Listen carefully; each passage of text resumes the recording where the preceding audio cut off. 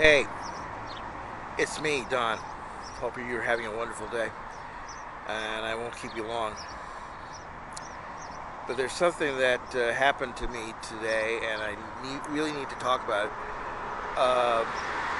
in light of what has been going on in the last, say 72 hours with SOPA and FIPA. I'm going to get that right eventually. I don't have to go through any update with you outside of the fact that if you are watching this on Friday, you have not seen the papers.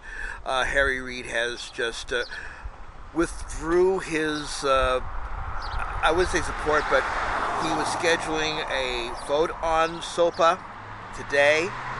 That has been canceled. And what people are now working on is a compromise. No SOPA under any circumstances, period. Thank you very much. But here's the thing that got me today.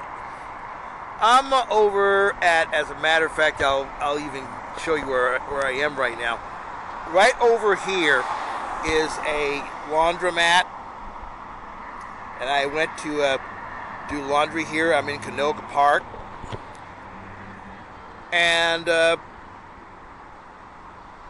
I'm walking, I'm sitting there, I'm folding up my clothes, and guy comes by with a whole bunch of new videos.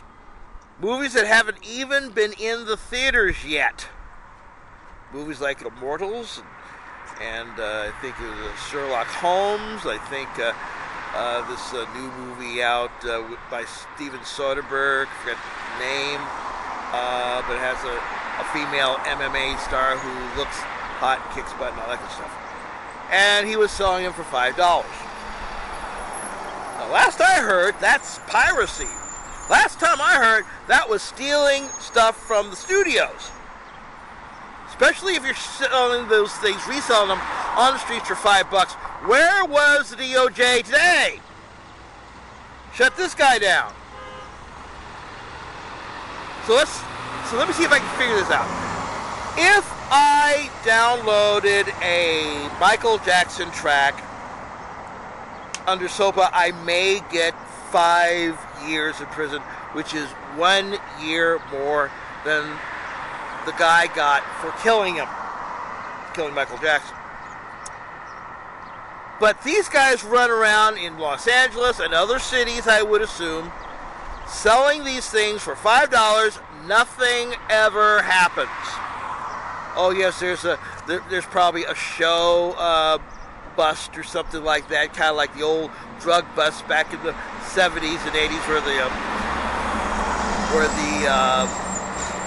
sheriff is standing there, smiling. Here's a great big stash of marijuana we just busted. And they're already figuring out how to divvy that up.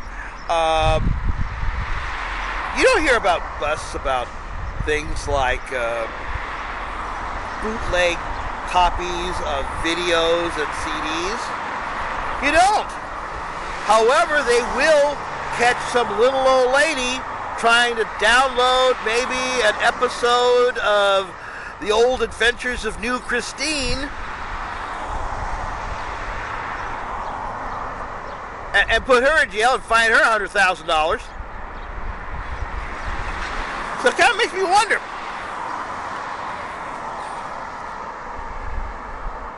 why would the studios care about the little old lady, but not as much the guy who's out there trying to sell it for $5? Unless, of course,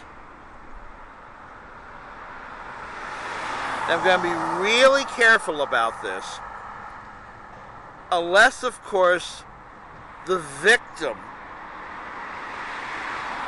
may have an overriding reason not to go after the thief.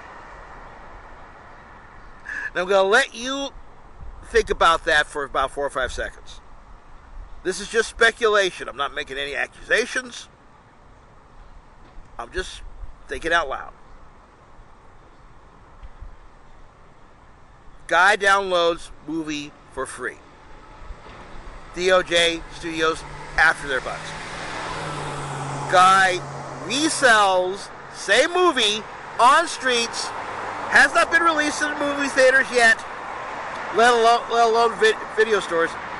Guys selling same video on the streets, $5, no one's going after him.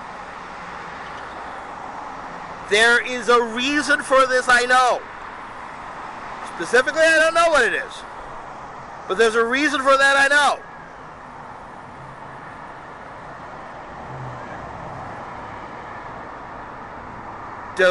Does the victim have an overriding reason not to go after the thief? I know the overriding reason is for going after the little lady. They're not paying for the stuff. Okay, I can understand that. The other one, not only has a stolen article, but is selling the stolen article for $5 a shot. That person is making money off of this himself. No interest? None? Why? Any reason? And also, how is it that most of these movies are the movies that probably will not make $47 million on opening day? I'm just curious. Is there an overriding reason for the thief not to go after? No. Is there an overriding reason for the victim